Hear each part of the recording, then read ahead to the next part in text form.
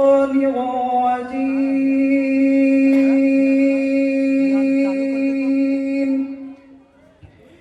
بسم الله الرحمن الرحيم.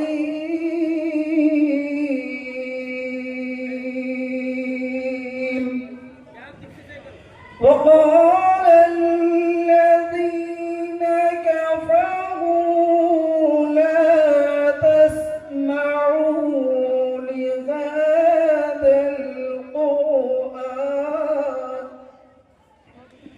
لهذا القرآن والغوا فيه لعلكم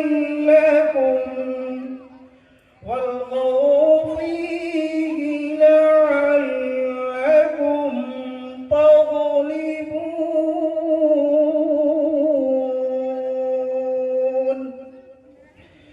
فلنذيقن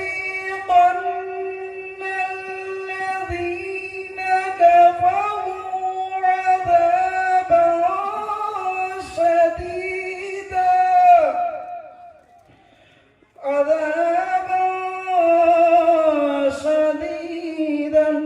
ولنجزينهم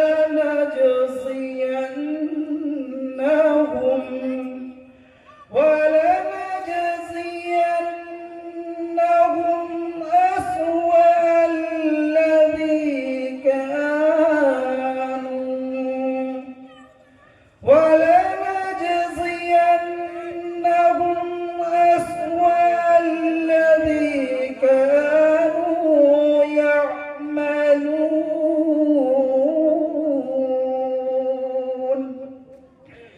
ذلك جزاء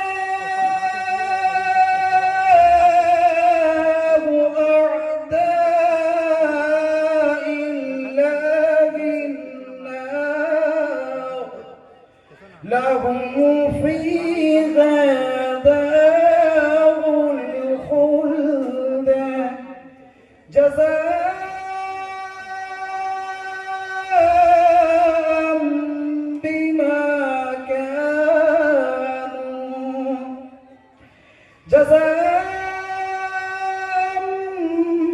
بما كانوا بآياتنا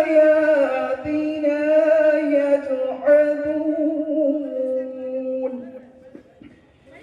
وقال الذين كفروا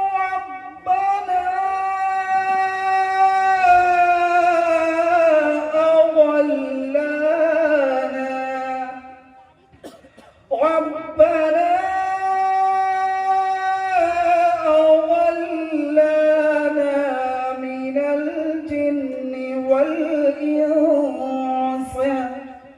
من الجن والإنس نجعلهما